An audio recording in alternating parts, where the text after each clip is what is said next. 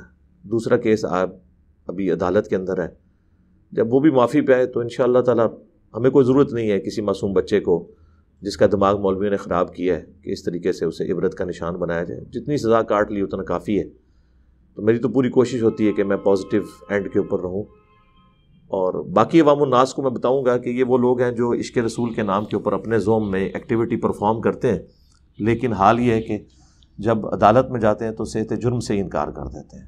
حالانکہ یہ دونوں جو مرڈر اٹیمپٹس ہیں ان کی ویڈیوز بھی ریکارڈڈ ہیں ہمارے CCTV کیمرہ کے اندر, اور پبلکلی ہوئی. دوسری اٹیمپٹ جو ہوئی مارچ 2021 میں تو سینکڑوں لوگوں کی موجودگی میں ہوئی, اس کے باوجود انہوں نے صحت جرم سے انکار کیا. اس سے اندازہ لگا لیں کہ جب انسان جیل میں جاتا ہے, حوالات کی ہوا کھاتا ہے, تو پھر اس کا وہ سارے کا سارا خمار اتر جاتا ہے.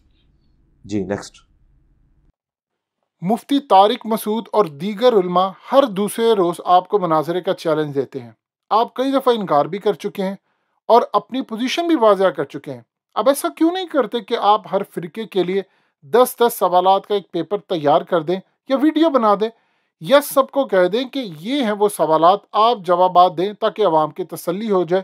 اگر آپ سے کسی کو کچھ کہنا ہے تو وہ آپ کو 10 سوالات کا پیپر بھیج دے یا ویڈیو بنا دے تاکہ مناظرے کا جھگڑا ہی ختم ہو جائے. دیکھیں میرے بھائی, ہم نے تو جو مقدمہ ہے نا اسلام کا وہ عوام کی عدالت میں رکھا ہے. ہمارا کسی عالم دین سے کوئی لینا دینا نہیں ہے. اور آپ نے ٹھیک کہا کہ یہ آئے دن چیلنج کرتے ہیں, بڑے غیر مہذب طریقے سے آتے ہیں. ہمارے جو چیلنجز اپلوڈ ہوئے ہمارے اسٹوڈنٹس کی طرف سے اس طرح کے تھم نیلز لگا کے, تو اگر آپ ان کو سنیں, اس میں ہم نے چیلنج انگلش کا لفظ استعمال کیا, مناظرے کا چیلنج نہیں دیا, بلکہ یہ کہا کہ یہ آپ کے لیے چیلنجنگ صورتحال ہے. آپ اپنی عوام کو سیٹسفائی کریں کہ لا الہ الا اللہ چشتی رسول اللہ, یا لا الہ الا اللہ اشرف علی تھانوی رسول اللہ, اللہم صلی علی نبینا اشرف علی نعوذ باللہ من ذالک. اس کو آپ کس طرح جسٹیفائی کریں گے اپنی عوام کے سامنے؟ تو یہ چیلنج اس فارم میں تھا, نہ کہ یہ کہ آ کے ہم سے کوئی بات کریں. ہاں کچھ عرصہ میں نے پہلے یہ آفر دی ہے کہ ہر مکتب فکر کے بڑے بڑے علماء جو ہیں نا, جو ان کے ڈکلیئرڈ بڑے ہیں, بڑوں کے لانچ کیے ہوئے نہیں بلکہ جو ڈکلیئرڈ بڑے ہیں, جس طرح مفتی تقی عثمانی صاحب دیوبند کی طرف سے, بریلویوں کی طرف سے مفتی منیب الرحمان صاحب, اور اہل حدیث کی طرف سے ساجد میر صاحب, اور اہل تشیع کی طرف سے ساجد نقوی صاحب. یہ سب کے سب جو علماء ہیں یہ آئیں ہماری اکیڈمی میں آ کے ہماری پبلک سے آڈینس سے خطاب کریں، پھر ہمیں بھی اجازت دیں کہ ہم ان کی گیدرنگ میں جا کے ان کی پبلک سے اپنا مقدمہ ان کے سامنے رکھیں۔ تو ہماری طرف سے تو کوئی ایسا معاملہ نہیں ہے، 10 سوالات لکھنے کی میرے بھائی ضرورت ہی نہیں ہے۔ ہمارا موٹا سا بنیادی سوال یہ ہے کہ آپ یہ بتا دیں کہ آپ کن ٹیکسٹ بکس کو فالو کرتے ہیں۔ یہ قرآن، صحیح بخاری، صحیح مسلم، یہ صرف ان کے شوکیسوں میں سجانے کے لیے، عمل کرنے کے لیے نہیں ہے، تاکہ پتہ چلے کہ آپ لوگ اپنی کتابوں کے ساتھ غداری تو نہیں کر رہے جو ہم یہ سمجھتے ہیں۔ تو ہمارا بنیادی سوال یہ ہے کہ اپنا ٹیکسٹ بکس کلیئر کریں اور اس مقدمے کو نیوٹرل عدالت میں رکھیں کہ یہ ٹیکسٹ بکس ہیں، اس معاملے میں انجینئر صاحب کا یہ موقف ہے، ہمارا یہ موقف ہے، گورے کی عدالت سے فیصلہ کروا لیں، جو پری ڈیٹرمنڈ رزلٹس کے بغیر یہ کریں۔ تو یہ ایک بنیادی چیز ہے۔ دوسری چیز یہ ہے کہ یہ باقی مکاتب فکر کو مسلمان ڈکلیئر کریں۔ پبلکلی تو یہ کہتے ہیں ہم مسلمان سمجھتے ہیں، لیکن یہ تقیہ کر رہے ہوتے ہیں، یہ کافر سمجھتے ہیں ایک دوسرے کو، جس کا ثبوت یہ ہے کہ حسام الحرمین میں آج سے آلموسٹ 100 سال پہلے 1905 میں احمد بریلوی صاحب نے دیوبند کو جو ہے وہ مرتد ڈکلیئر کیا، اور احکام شریعت کتاب کے اندر انہوں نے دیوبند، اہل حدیث، اہل تشیع، ایون قادیانی کافروں کو بھی ان کے ساتھ شامل کر کے کہا کہ یہ 1,00,000 دفعہ بھی اللہ کا نام لیں تو ذبیحہ مردار ہی رہے گا، اور یہ سب کے سب مرتد یعنی واجب القتل ہیں، البتہ یہود و نصارہ کا ذبیحہ حلال ہے۔ اس کے جواب میں جب المہند علی المفند لکھی علماء دیوبند نے، جس پہ اشرفی تھانوی صاحب اور درجنوں علماء نے سگنیچر کیے، انہوں نے بھی کہا کہ احمد بریلوی اور ان کی جماعت ایک شیطانی لشکر ہے جو ہم پہ حملہ آور ہوا ہے، اور اہل حدیث کے بارے میں المہند میں لکھا یہ خوارج کی ایک جماعت ہے، محمد بن عبد الوہاب صاحب کے بارے میں۔ تو ایک دوسرے کو مسلمان ہی نہیں سمجھتے، یہ کہتے ہیں ہم سمجھتے ہیں، تو ہم کہتے ہیں آپ اس طرح سٹیٹمنٹ لکھ کے دیں کہ ہمارے سوا جتنے فرقے ہیں اگرچہ ہم انہیں مسلمان سمجھتے ہیں لیکن وہ گمراہ ہیں، ایک نہ ایک دن اپنا عذاب بھگت کر جن عقائد پہ وہ دنیا میں ہیں، انہی عقائد کے ساتھ دنیا سے چلے گئے تو اللہ کے حضور وہ ایک نہ ایک دن بخشے جائیں گے، تو یہ قیامت تک کوئی لکھ کے نہیں دے گا۔ تو اس لیے یہ ہمارا دوسرا ایشو ہے ان کے ساتھ۔ تیسرا یہ ہے کہ جب آپ مسلمان سمجھتے ہیں تو آپ یہ ڈکلیئر کریں کہ ایک دوسرے کے پیچھے نماز پڑھنا درست ہے، یہ پٹیاں نہ پڑھایا کریں کہ فلاں کے پیچھے نماز ہوتی ہے، فلاں کے پیچھے نہیں ہوتی۔ چوتھی بات اسی کے ساتھ کورلیٹڈ ہے کہ پھر یہ بھی کہیں کہ آپس میں نکاح بھی ہو جاتا ہے۔ یہ مینلی آپ سمجھ لیں 3-4 باتیں ہیں، باقی تو مقدمہ تو بہت زیادہ ہے، ہم نے ویڈیوز میں عوام کی عدالت میں رکھا ہے، ہمیں کوئی جواب نہ دے، عوام کو سیٹسفائی کرے ان عقائد و نظریات کے اوپر۔ ہمیں پرسنلی کسی کے ساتھ کوئی لینا دینا نہیں ہے، کیونکہ نہ ہماری کوئی چندہ بک ہے، نہ ہماری کوئی مسجد ہے، نہ کوئی مدرسہ ہے، نہ کوئی فرقہ لانچ کیا۔ جب ہم چندے آپ کو دیں، نمازیں آپ کے پیچھے پڑھیں، آپ ہی کی مساجد میں ہمارے اسٹوڈنٹس نمازیں پڑھیں، پھر ہم تو آپ کے کمپٹیٹر ہے ہی نہیں ہے، اللہ کا شکر ہے۔ یہ تو میڈیا کی، سوشل میڈیا کی برکت ہے کہ آج دنیا میں سب سے لیڈنگ پلیٹ فارم ہمارا بن گیا، الحمدللہ۔ تو یہ اللہ تعالیٰ کی ایک غیبی مدد آئی ہے، اللہ کا شکر ہے۔ اور دیکھیں دنیا میں واحد ایک ریلیجس آپ سمجھ لیں، اسکالر کے طور پہ کہہ لیں یا ایک اسٹوڈنٹ کے طور پہ، کہ جس کا تعارف ہمیشہ نیگیٹو فارم میں ہوتا ہے، لیکن جو ایک بار سن لیتا ہے وہ اپنے صدیوں کے فرقے کو چھوڑ کر اس طرف اٹیچ ہو جاتا ہے۔ تو یہ سچائی کی طاقت ہے۔ باقی لوگ تو گھیر گھار کے اپنے فرقوں اور مولویوں کے ساتھ اٹیچ کرتے ہیں، ہمارا نیگیٹو تعارف ہوتا ہے۔ اس کا ثبوت ہماری لائف سٹوریز چل رہی ہیں اسٹوڈنٹس کی، لاکھوں میں جو دنیا چینج ہوئی ہے وہ اپنی اپنی پوری لائف سٹوری بتا رہے ہیں۔ 99.9% لوگ کہہ رہے ہیں کہ ہمیں نیگیٹو کٹے ہوئے کانٹ چھانٹ کے ساتھ کلپ ملے، ہم نے سنا تو دیکھا کہ ایک بندہ واحد ہے جو بکس کو فالو کر رہا ہے، ہر چیز کا حوالہ قرآن اور سنت سے دیتا ہے، اور پھر ڈسپلے ہو کے وہ ساری چیزیں کیمرے کے سامنے آتی ہیں، ہم کاؤنٹر ویریفائی کر لیتے ہیں۔ آج کے دور میں تو کوئی مسئلہ نہیں، اتنے سافٹ ویئرز اویلیبل ہیں اور PDF بکس کے اویلیبل ہیں تمام مکاتب فکر کے، تو اللہ کا شکر ہے دنیا میں کوئی ایسا بندہ میرے علم میں تو نہیں آیا کہ جس کا تعارف نیگیٹو ہو اور لوگ سن کے اسی کو سمجھیں کہ یہ پازیٹیو ہے، باقی سب کے سب 2 نمبری کر رہے ہیں۔ جی نیکسٹ۔ انجینئر صاحب، آپ پر الزام ہے کہ آپ کی ویڈیوز دیکھنے کے بعد لوگوں نے مساجد میں چندہ دینا کم کر دیا ہے، کیا آپ کو نہیں لگتا کہ اس سے اسلام کو نقصان پہنچے گا؟ ہزاروں لاکھوں بچے جو مدارس میں پڑھتے ہیں، مساجد چلتی ہیں، چندے پر چلتی ہیں، ان کو آپ کی ویڈیو سے نقصان ہوگا؟ دیکھیں میری وجہ سے لوگوں نے چندہ دینا بند نہیں کیا، یہ خام خیالی ہے لوگوں کی کہ میری وجہ سے چندہ کم کیا۔ میں نے کبھی کسی کو نہیں کہا، بلکہ میں تو اپنے اسٹوڈنٹ سے کہتا ہوں کہ آپ بڑی ونریبل زندگی گزار رہے ہیں، آپ کے گھر والے آپ کے خلاف ہیں، رشتہ دار خلاف ہیں، علماء خلاف ہیں، مہربانی کر کے آپ اپنے علماء کو، امام مسجد کو فائنینشلی تھوڑا بہت سپورٹ کیا کریں تاکہ آپ کے لیے وہ سافٹ کارنر رکھیں۔ میں نے تو کبھی نہیں کہا کہ ان کا چندہ بند کریں، یہ وہ لوگ خود سمجھتے ہیں۔ اس کی وجہ میرا خیال ہے وہ لیکس ہیں ویڈیوز کی، جو علماء کی اور مفتیوں کی جو مدارس کے اندر برے کام ہوتے ہیں، اس کی وجہ سے لوگ ان سے متنفر ہوئے ہیں. میں نے نہیں کہا. میں تو ہمیشہ کہتا ہوں کہ میں واقعی اس پلانٹ ارتھ پہ سب سے بڑی NGOs ان مدارس کو سمجھتا ہوں. غریب لوگوں کو کم از کم روٹی کھلا رہے ہیں. لیکن اس کا دوسرا پہلو یہ ہے کہ یہ لوگ استحصال کر رہے ہیں ان کا. روٹی کے نام کے اوپر اپنے غلط عقائد و نظریات بھی ان میں پھیلا رہے ہیں. اور اللہ کا شکر ہے ہماری اس دعوت کی برکت سے مدارس کے کئی اسٹوڈنٹس درس نظامی کرنے والے وہ بھی ریورٹ ہوئے ہیں. کئی لوگوں کی ڈگریاں علماء نے روک لی ہیں کہ جی تم انجینئر سے اعلان برات کرو. پھر ہم اسٹوڈنٹس کو یہاں بھی آتے ہیں, ہم کہتے ہیں یار آپ اپنے آپ کو ایکسپوز نہ کریں, آپ ایک دفعہ ان سے ڈگری لے لیں, پھر انشاءاللہ تعالیٰ ان تک حق بات پہنچائیں. تو میں کبھی بھی نہیں ایسا کسی کو کہوں گا کہ کرے. میں خود مدارس کے اندر چندے دیتا ہوں.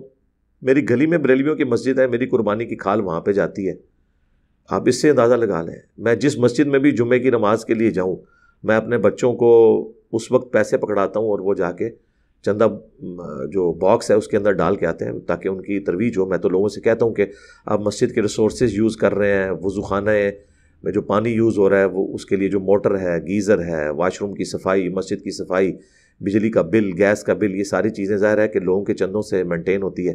پاکستان میں تو حکومت سپورٹ نہیں کرتی اس طرح کے مدارس کو, تو چندہ ضرور دینا چاہیے. اگر کسی نے بند کر دیے تب بھی دیں. البتہ میں یہ ضرور کہتا ہوں کہ اس سے بہتر مصرف بھی ہے کہ ہمارے پاکستان جیسے غریب ملک میں پاورٹی سرکل سے نکلنے کے لیے, غربت کے سرکل کو توڑنے کے لیے ایک لوور مڈل کلاس فیملی کے لیے ایک ہی ذریعہ ہے کہ وہ تعلیم یافتہ ہو جائیں ان کے بچے. ہم خود لوور مڈل کلاس سے اپر مڈل کلاس میں تعلیم کی برکت سے آئے ہیں. اچھی جاب مل گئی, میکینیکل انجینئرنگ میں نے کی آنرز کے ساتھ, اس کے بعد ایک اچھی نوکری مل گئی.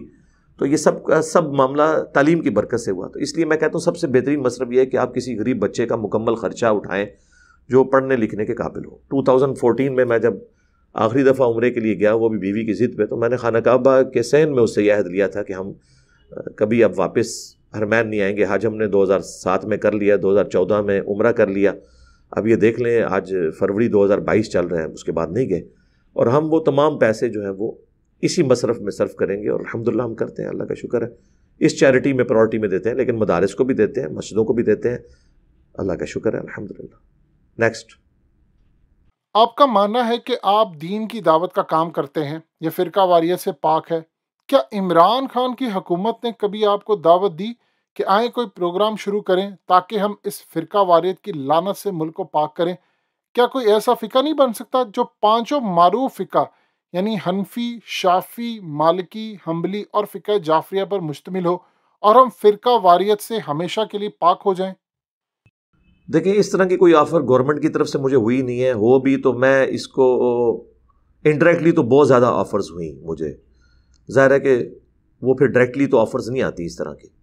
تو میں نے ہمیشہ کہا کہ میں آپ کو اسسٹ ضرور کروں گا, لیکن میں فرنٹ سے لیڈ نہیں کروں گا, کیونکہ ہم سٹیک ہولڈر اس اعتبار سے نہیں ہیں. نہ ہمارے مدارس ہیں, نہ ہماری مسجدیں ہیں, نہ کوئی ہم نے فرقہ لانچ کیا. ہم تو سب کے پیچھے نماز پڑھتے ہیں, سب کو مسلمان سمجھتے ہیں. اس لیے بہتر یہ ہے کہ جو بڑے بڑے فرقے ہیں نا, بریلوی, دیوبندی, اہل حدیث, شیعہ, ان کے لوگوں کو آگے لایا جائے اور ان کے ذریعے کام لیا جائے. اور یہ تو پاسبل نہیں کہ دنیا سے اختلاف ختم ہو جائے. ایک ہی صورت میں اختلاف ختم ہو سکتا ہے کہ یا تو وقت کا پیغمبر دنیا میں موجود ہو یا پھر لوگ عقل استعمال کرنا چھوڑ دیں. ان دونوں میں سے ایک چیز ہو تو اختلاف ختم ہو سکتا ہے, اور یہ پاسبل نہیں. اختلاف تو رہے گا, لیکن ہم نے اسی اختلاف کے اندر کو ایگزسٹ کرنا ہے, ایک دوسرے کا احترام کرنا ہے, اپنی بات احترام کے ساتھ, علمی دلائل کے ساتھ لوگوں کے سامنے رکھنی ہے.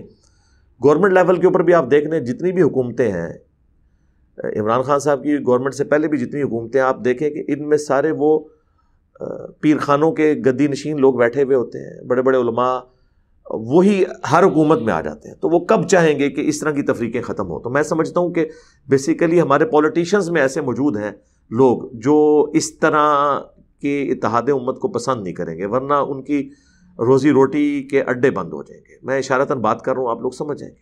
نیکسٹ. انجینئر صاحب, آپ کے بارے میں پاکستان اور بھارت کے تمام فرقے اس بات پر متفق ہیں کہ آپ حق پر نہیں ہیں, آپ ایک نیا فتنہ پھیلاتے ہیں. لہٰذا کیا وجہ ہے کہ ہر فرقے کے علماء اپنے ممبر سے اور تقریروں میں یہ کہتے پائے جاتے ہیں کہ کسی کی بھی ویڈیو دیکھ لے, جو مرضی ہو جائے, لیکن انجینئر کی ویڈیو نہیں دیکھنی؟ ایسا کیوں؟ دیکھیں, میں نے پہلے بھی عرض کیا کہ یہ تو آپس میں بھی ایک دوسرے کو اسی طریقے سے ہی سمجھتے ہیں.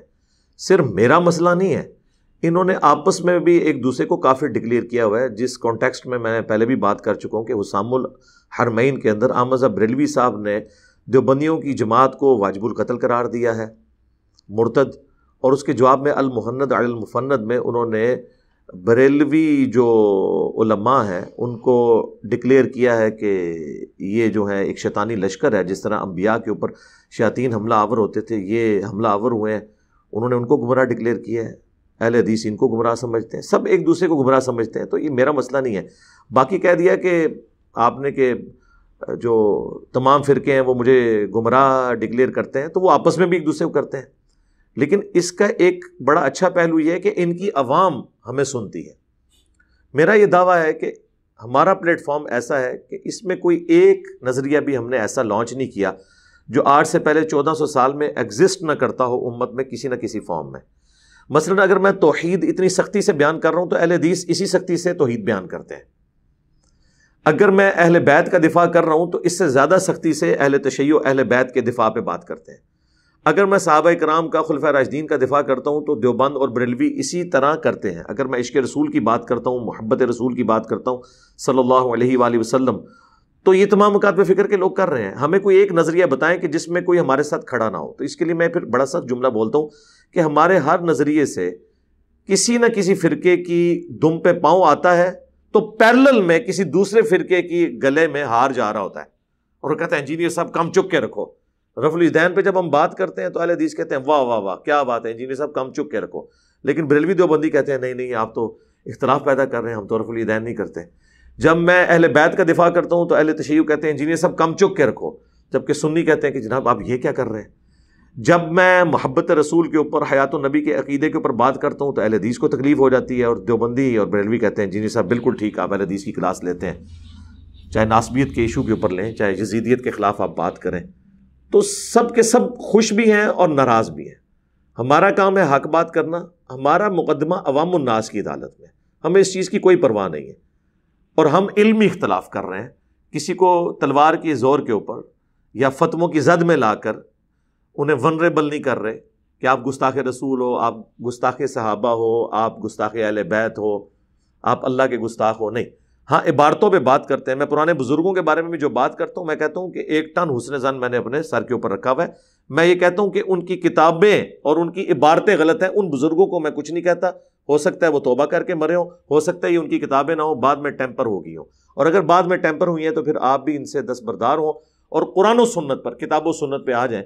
جو اللہ کے محبوب صلی اللہ علیہ وآلہ وسلم نے حجۃ الوداع پہ قرآن و سنت چھوڑی، جو المستدرک للحاکم میں حدیث ہے، اور غدیر خم کی حدیث جو ہے وہ صحیح مسلم کے اندر موجود ہے، قرآن اور اہل بیت۔ قرآن کو پکڑنا ہے، اس میں ہدایت ہے، نور ہے، یہ اللہ کی رسی ہے، اور میرے اہل بیت کے معاملے میں تمہیں اللہ کا خوف دلاتا ہوں۔ جی نیکسٹ۔ سری لنکن مینیجر کے سیالکوٹ واقعے پر آپ نے الزام لگایا کہ فیکٹری کے مالکان اور گارڈ سب ملے ہوئے تھے، سب نے مل کر یہ واقعہ انجام دیا۔ اس بات میں کتنی صداقت ہے کہ اس کے بعد فیکٹری کے مالکان آپ کے خلاف ہو گئے اور انہوں نے آپ کو نوٹس بھیجا؟ پورا واقعہ بتائیے۔ اتنی جرت کسی کی نہیں ہے ہمیں نوٹس بھیجے، جنہوں نے کام اپنے سامنے ڈلوایا ہے انہیں تو پتہ ہے۔ تو یہ آپ بات پہلے کلیئر کر لیں کہ میں نے قطعاً یہ نہیں کہا کہ انہوں نے قتل کروایا۔ کون فیکٹری آنر چاہے گا کہ وہ اپنے جو کسی ملازم کو یا کسی دوسری کمپنی کا ملازم جو اس میں جاب کر رہا ہو اس کو مروا کے تو اپنی فیکٹری کا کاروبار ختم کرے گا؟ میں نے یہ کہا تھا کہ انڈائریکٹلی اس حوالے سے انوالو ہے، گویا کہ انوالو ہے۔ جس طرح پاکستان میں جو بھی ایکسٹرا جوڈیشل ایکٹیویٹی ہوتی ہے تو میں کہتا ہوں کہ ریاستی اداروں کی غلط پالیسیز، مولویوں کی غلط پالیسیز کی وجہ سے ایسے ہوا ہے، گویا کہ یہ انوالو ہے۔ یہ نہیں کہ وہ کروا رہے ہوتے ہیں، اس میں بھی گویا کہ یہ انوالو ہے، کیونکہ وہاں پہ 8-10 سیکیورٹی گارڈ ہیں 6-6 فٹ کے، اور ہمارے اسٹوڈنٹس تو وہاں پہ ملازم ہیں، وہ بتاتے ہیں کہ وہ ایک تھپڑ مارتے ہیں بندہ دور جا کے گرتا ہے، اتنا ان کا رعب ہے جس طرح کوئی فرشتوں سے جو ہے نا مجرمین ڈر رہے ہوں، اس طرح ان سے ڈرتے ہیں۔ ان کی موجودگی میں یہ ایکٹیویٹی ہونا پاسبل ہی نہیں تھا۔ وہ بھی انڈائریکٹلی اسے سبق سکھانا چاہتے تھے، لیکن یہ قتل نہیں چاہتے تھے کہ وہ قتل ہو۔ لیکن جب موب آتا ہے تو موب کی اپنی سائیکی ہوتی ہے، اس کے آگے پھر آپ کنٹرول نہیں کر سکتے۔ شروع میں تو آپ اس کا مزہ لے رہے ہوتے ہیں، بعد میں وہ آپ کے قابو سے باہر ہو جاتا ہے۔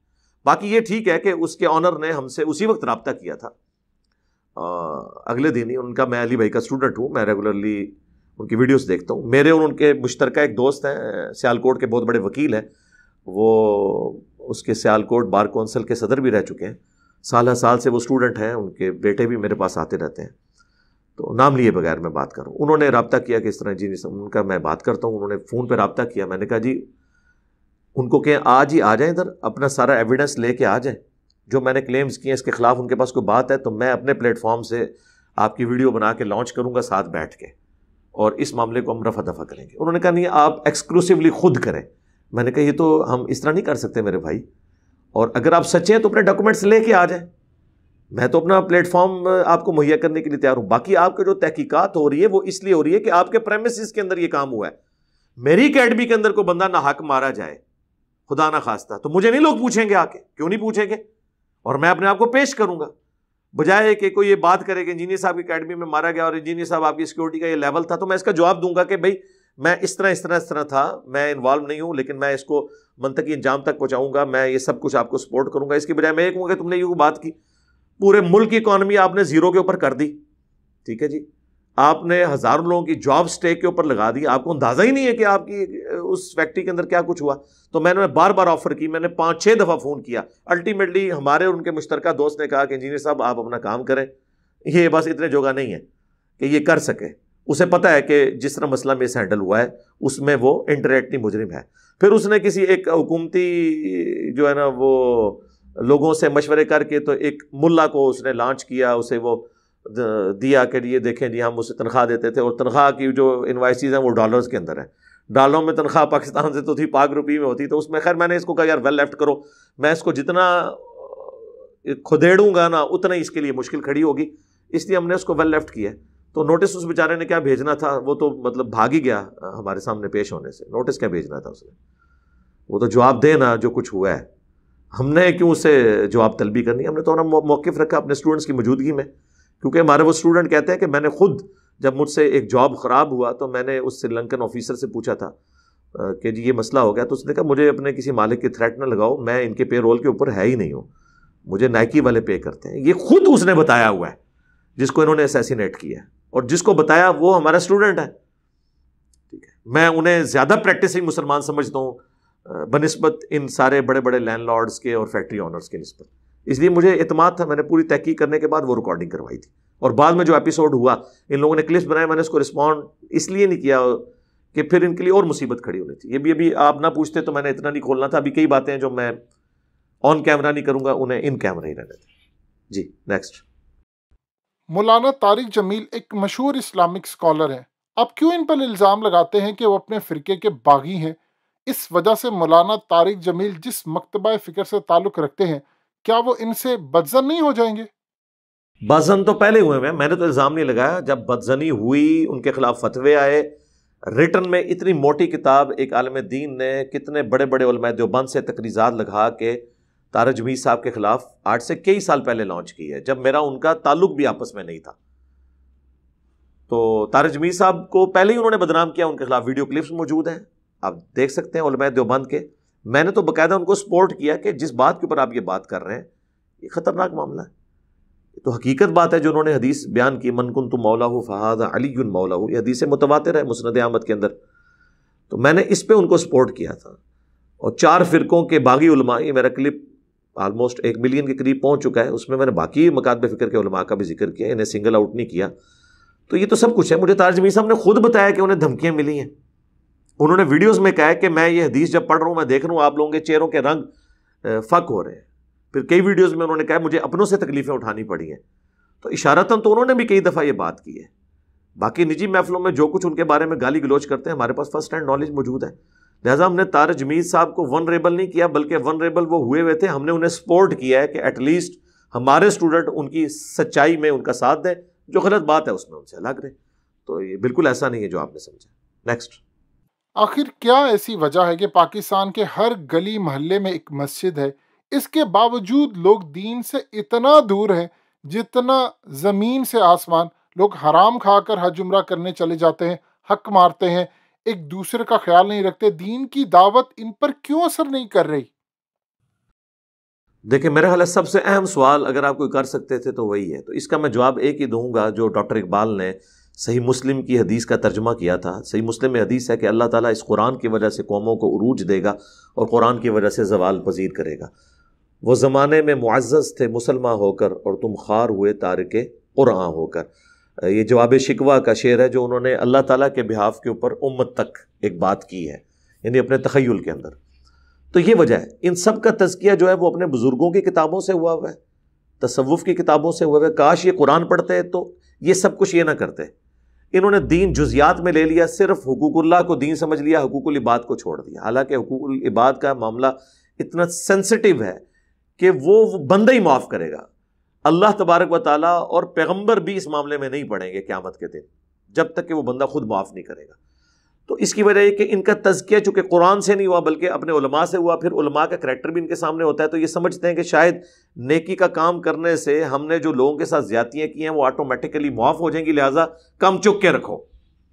تو جس طرح ہمارے علماء نے، پیروں نے، سو کالڈ بزرگان دین نے جو ان مسندوں پہ بیٹھے ہوئے، انہوں نے اپنی دوویں جہانیں مٹھے باہو، یعنی دنیا بھی قائم رکھی ہوئی ہے اور دین کے معاملے میں بھی کر رہے ہیں. اور یہ لوگ سمجھتے ہیں کہ جی انشاءاللہ تعالیٰ ہماری نیکیاں قیامت والے دن گناہوں پہ بھاری ہو جائیں گی تو ہمیں یہ معاف ہو جائے گا. نہیں میرے بھائی، حقوق العباد کا ایسا معاملہ ہے کہ کوئی دنیا کی نیکی اس کو اوور کم نہیں کر سکتی جب تک کہ اس بندے سے معافی نہ کروائی جائے. تو وجہ یہ ہے کہ ان کا تزکیہ نفس قرآن و سنت سے نہیں ہوا بلکہ اپنے فرقوں کے بزرگوں سے ہوا ہے، تو اس کا اینڈ رزلٹ یہی ہے. حالانکہ قرآن میں نبی علیہ السلام کا منصب یہ تھا، وَيُزَكِّيهِمْ وَيُعَلِّمُهُمُ الْكِتَابَ وَالْحِكْمَةَ. اللہ تعالیٰ کے محبوب صلی اللہ علیہ وآلہ وسلم کا منصب ہے یتلو علیہم آیاتہ، قرآن کی آیات ان پر تلاوت کرتے ہیں، وَيُزَكِّيهِمْ وَيُعَلِّمُهُمُ الْكِتَابَ وَالْحِكْمَةَ، اور ان کا دل پاک کرتے ہیں، انہیں کتاب و حکمت کی تعلیم دیتے ہیں. اور اس سے پہلے یہ لوگ کھلی گمراہی میں تھے.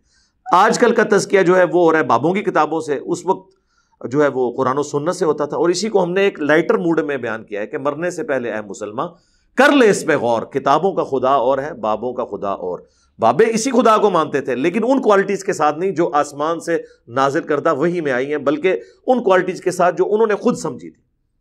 اور جب تو یہ کرے گا غور تو ایک دن تیرے دل سے آواز اٹھے گی کہ نہ میں وہابی، نہ میں وہابی، میں ہوں مسلم علمی کتابی. اور اسی کو میں نے یہ کہا ہے کہ قرآن و سنت کو آپ پڑھیں گے تو آپ کو اندازہ ہوگا کہ جو جو انہوں نے اپنے بزرگوں کے بارے میں تعلیمات کلیم کی ہوئی ہیں ان کا دین سے کوئی تعلق ہی نہیں. اسی کو میں کہتا ہوں نا، بابت شاہی کوئی نہیں. جہاں پر قرآن و سنت کی تعلیمات آ جائیں ان کے مقابلے پہ شاہ نہیں. ویسے تو ہمارے لیے وہ سروں کا تاج ہے اگر قرآن و سنت کے مطابق بات کریں. اور الٹیمیٹلی آپ نے دیکھ لیا ہے کہ فرقوں کی دکانیں بند. The damage has been done. Next. آپ سے یہ آخری سوال ہے. چند لوگوں کے نام آپ کے سامنے لیے جا رہے ہیں، آپ ان سب کے بارے میں ایک ایک لائن میں اپنی رائے کا اظہار کر دیں. مفتی طارق مسعود، پرویز مشرف، عمران خان، مولانا الیاس قادری، نواز شریف، فضل الرحمان، پاکستان کا میڈیا، افغان طالبان، محمد بن سلمان اور طیب اردگان. میرا خیال ہے اس کے اوپر تو جتنے بندوں کے نام لیے نا، ہر بندے کے اوپر ایک ایک گھنٹہ میں فی البدی بول سکتا ہوں، ان کی پازیٹیو چیزوں کے اوپر بھی، نیگیٹو چیزوں کے اوپر بھی. ایک لائن میں اگر آپ ورڈکٹ مجھ سے لیں گے تو میں انتہائی سینسٹیو پلیٹ فارم پہ بیٹھا ہوں اور آپ کو پتہ ہے کہ ہم ہر چیز دلیل کے ساتھ کرتے ہیں. میں نے ایک جملہ بول دیا تو لوگ اس جملے کو اٹھا کے تو کسی کے پیچھے چڑھ جائیں گے اور کہیں گے انجینئر صاحب نے فرما دیا، حالانکہ جو پازیٹیو بات میں نے کی ہوگی اسے وہ اوور لک کریں گے، ایک مصیبت کھڑی ہو جائے گی. لہٰذا اس معاملے میں مجھے معذور سمجھیں. ہاں الگ سے آپ نے کوئی کرنا ہے تو میں انشاءاللہ دلائل کی روشنی میں ان تمام کے اندر مجھے پازیٹیو چیزیں پتہ ہیں، نیگیٹو چیزیں بھی پتہ ہیں، میں آپ کے سامنے ہائی لائٹ کر سکتا ہوں لیکن دلائل کے ساتھ. چونکہ یہ سینسٹیو پلیٹ فارم ہے، اس کے اوپر میں ہر چیز دلیل کے ساتھ بیان کرتا ہوں. میں یہ رسک نہیں لے سکتا کہ میں کوئی ایک ورڈکٹ دے دوں اور لوگ اسی ورڈکٹ کو لے کے چلیں، ہمارے حامی اس کے حق میں کھڑے ہو جائیں، مخالفین جو ہیں اس کو مس یوز کریں، تو یہ ایک بہت خطرناک کھیل ہو جائے گا. میں یہ کہتا ہوں کہ جو بندہ بھی کتاب و سنت کے دائرے کے اندر بات کرتا ہے ہم اسے ایکسیپٹ کرتے ہیں، جو اس کے خلاف کرتا ہے اسے ریجیکٹ کرتے ہیں. میں ایک ضمناً بات کر دیتا ہوں اس حوالے سے. اس وقت میں سمجھتا ہوں کہ ہماری جو پالیسی ہے ریاستی اداروں کی، گورنمنٹ کی، فوجی قیادت کی، میں اس کے ساتھ کافی حد تک ایگری کرتا ہوں. اگرچہ کچھ سال پہلے یہ بالکل اپوزٹ تھی. میں نان اسٹیٹ ایکٹرز کے خلاف ہوں. میں کہتا ہوں پاکستان آرمی کے سوا کسی کو اجازت نہیں ہونی چاہیے کہ اس کے ہاتھ میں اسلحہ ہو اور وہ اس طریقے سے جو ہے وہ چڑھ دوڑے کسی کے اوپر. یہ گورنمنٹ کا کام ہے.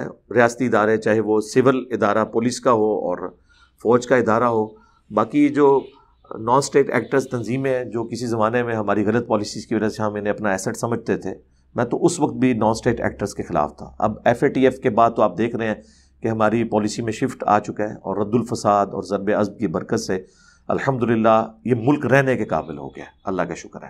اور سب سے زیادہ نفع مجھے پہنچا ہے، ورنہ میں جس قسم کی آؤٹ اسپوکن باتیں کرتا ہوں یا تو یہ میں یورپ اور امریکہ میں رہ کے کر سکتا ہوں یا پھر پاکستان میں، وہ بھی آج کے پاکستان میں. ورنہ آپ دیکھیں پہلے تو یہاں کوئی صورتحال ہی نہیں تھی. تو اس وقت میرا یہی موقف تھا جو آج ہے. البتہ ہمارے ادارے کسی اور پیج کے اوپر تھے، آج بائی چانس وہ اسی پیج پہ ہیں. اسی وجہ سے بعض لوگ مجھے سمجھتے ہیں کہ میں ایجنسیوں کا بندہ ہوں. بالکل ایسا نہیں ہے، اگرچہ میرا تعلق ایک ڈیفنس کے ادارے کے ساتھ ہے، اور میں ظاہر ہے کہ پاکستان کے نظریات کے اوپر کوئی کمپرومائز کرنے کے لیے تیار نہیں ہوں. میری ایک جذباتی ایفیلیشن بھی ہے اور علمی ایفیلیشن بھی. اس کے باوجود آپ دیکھیں گے کہ جب کبھی بھی کوئی حکومتی ادارہ، کوئی ریاستی ادارہ کوئی ایکسٹرا جوڈیشل ایکٹیویٹی پرفارم کرتا ہے، میں اس کو ڈنکے کی چوٹ پہ کہتا ہوں کہ یہ غلط ہے. جہاں پہ ان کی اچھی بات ہے میں اس کی حمایت کرتا ہوں. لہٰذا ہم سے کوئی یہ چیز ایکسپیکٹ نہ کرے کہ ہم کسی کے لیے کام کر رہے ہیں. ہاں آٹومیٹیکلی کسی کے ساتھ کوئی چیز میچ کر جائے تو اس کا یہ مطلب نہیں کہ میں اس کے لیے کام کر رہا ہوں. مجھے ضرورت نہیں کسی کے لیے کام کرنے کی میرے بھائی. کل کو ہماری کوئی اور پالیسی شفٹ ہوتی ہے، میں پھر یہیں پہ کھڑا رہوں گا.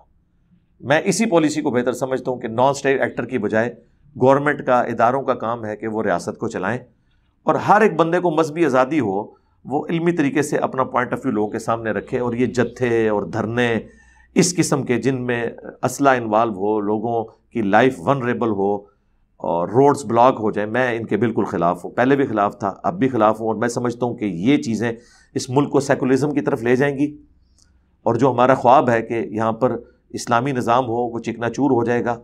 اور پھر انہی مولویوں نے کہنا ہے کہ سیکولرزم کی طرف کیوں چلا گیا. تو میں سیکولرزم کو ان مولویوں کے ہتھے یہ ملک چڑھ جائے اس سے بہرحال بہتر سمجھتا ہوں. کم از کم مجھے آزادی تو ہوگی. آئیڈیل تو یہ ہے کہ اسلامی نظام ہو، لیکن اگر ان کے ہاتھوں میں آ گیا حکومت کا نظام، یہ تو کسی کو نہیں چھوڑیں گے. میں اس لیے اکثر کہتا ہوں کہ ہمارے ملک کے اندر پاورز دو ہی ہیں، نمبر 1 ملٹری، نمبر 2 ملا. اور آپ نے دیکھ لی ہے. اس کی میں تفصیلات میں جاؤں تو پھر میں کئی باتیں کروں گا. تو خدا کے لیے ہماری جو آئین کے اندر جس کی جو ذمہ داری طے ہے پولیٹیکل گورنمنٹ کی، ریاستی اداروں کی، خواہ وہ جوڈیشری ہو، خواہ وہ فوج ہو، خواہ پولیس ہو، یہ ساری کی ساری چیزیں اپنے دائرہ کار کے اندر ان معاملات کو لے کے چلنا چاہیے، اور کسی نان اسٹیٹ ایکٹر کے حوالے اس ملک کو قوم کو نہیں کرنا چاہیے. میرا خیال ہے کافی ہے. آپ نے جتنے سوالات کیے، جزاکم اللہ خیرہ، کہ آپ نے مجھے موقع دیا کہ میں اپنا پوائنٹ آف ویو عوام الناس کے سامنے رکھوں. اس سے زیادہ تفصیلی گفتگو ہو سکتی تھی، لیکن چونکہ آپ نے مجھے ایک لمیٹڈ ٹائم دیا، میں نے کوشش کی کہ اپنا پوائنٹ آف ویو آپ کے سامنے رکھ دوں. سبحانک اللہم و بحمدک، اشہد ان لا الہ الا انت، استغفرک و اتوب الیک، وما علینا الا البلاغ المبین. جزاکم اللہ خیرا.